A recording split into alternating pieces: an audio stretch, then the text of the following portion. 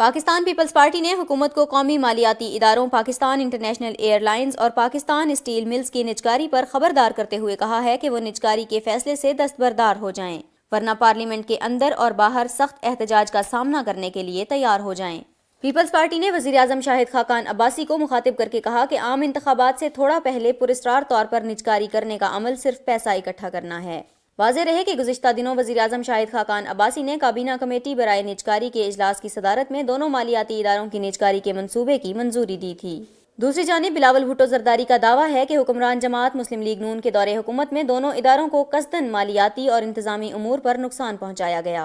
बिलावल भुट्टो जरदारी का कहना था कि आम शहरी समेत एक्सपर्ट भी जानते हैं कि PIA के चेयरमैन को बरतरफ करके उन्होंने अपनी निजी एयरलाइन मुतारिफ की। उन्होंने अफसोस का इजहार किया कि शाहिद खाकान अब्बासी की तरह नवाज शरीफ ने भी अपनी निजी स्टील मिल्स इंडस्ट्री को तकवीयत पहुंचाने के लिए मुल्क की सबसे बड़ी सनत के ऑपरेशनल अमूर को बुरी तरह मुतासिर किया।